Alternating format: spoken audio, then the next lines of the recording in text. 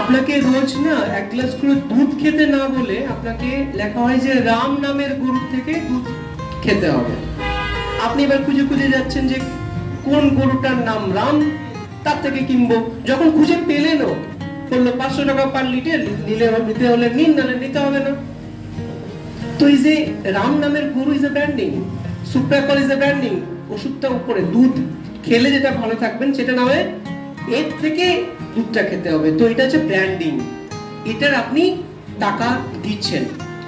তো আমরা আমাদের একটা জানিয়ে রাখি, এরকম অনেক মানুষের আমরা সেই সুবিধা দিতে পেরেছি, খুব গর্ববোধ হয়। তো এরকমই একটা মানুষের আমরা একটা ফিডব্যাক এখান থেকে শুনে নিই অনলাইন, তারপরে আমরা আপনাদেরকে হেলথ ক্যাম্পের ব্যবস্থাও রেখেছি।